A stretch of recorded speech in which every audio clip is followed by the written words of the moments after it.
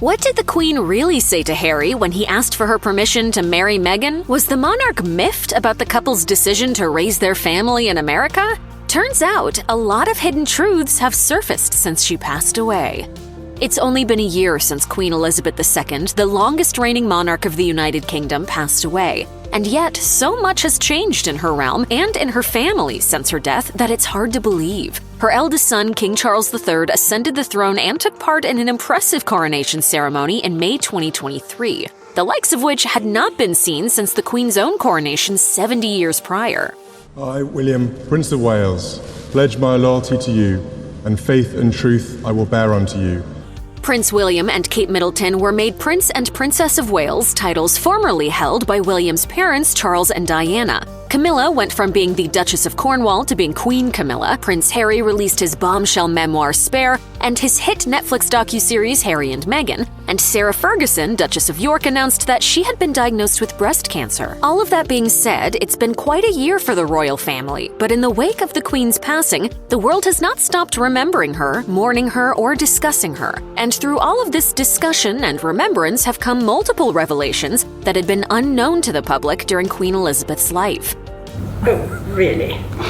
Please. Boom. Sarah Ferguson, Duchess of York, is the former wife of Prince Andrew. Over the course of her life in the public eye, she has dealt with her fair share of scandals, from her post-divorce dating life to her staunch support of her ex-husband, even in the midst of his fall from grace. However, Queen Elizabeth always made it clear to Fergie that her affection for her former daughter-in-law had not wavered.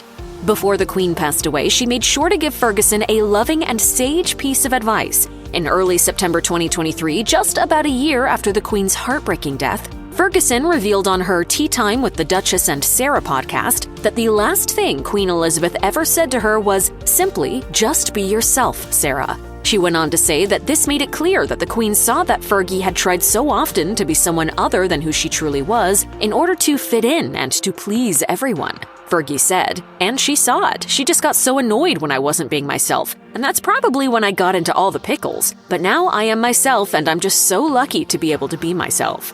One thing the public was never aware of until recently was how the Queen responded when Prince Harry asked her permission to marry Meghan Markle. In his book Spare, he revealed that both his own staff and Queen Elizabeth's advised him that it was customary to ask the monarch's permission.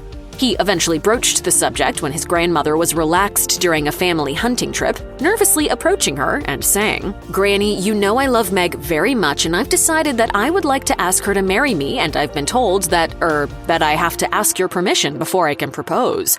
The Queen was seemingly taken aback by the question, which prompted Harry to explain again that he was instructed by numerous parties to ask for her permission. To this, the Queen replied, "Well then, I suppose I have to say yes." Harry remembers being perplexed by her response and then realized that she was playing with him. Upon realizing she approved of the marriage, Harry recalled thinking, "She's saying yes, you muppet. She's granting permission. Who cares how she words it? Just know when to take yes for an answer." Perhaps one of the most shocking events concerning the royal family in the last years of Queen Elizabeth's reign was when Harry and Meghan stepped down from royal duties and chose instead to raise their family in California, away from the British press and royal pressures. For a long time, people could only speculate how this move made the monarch feel, but in an interview with Good Morning America in January 2023, Harry discussed this very issue openly. During the interview, Harry was asked whether his grandmother ever expressed negative feelings about his decision to step down from active royal duties. He replied, "My grandmother and I had a very good relationship. It was never a surprise to anybody, least of all her." He then went on to explain that the Queen was all too familiar with the amount of scrutiny Harry and Meghan were facing on a daily basis and the effect it was having on them. I think she was sad that it had got to that point.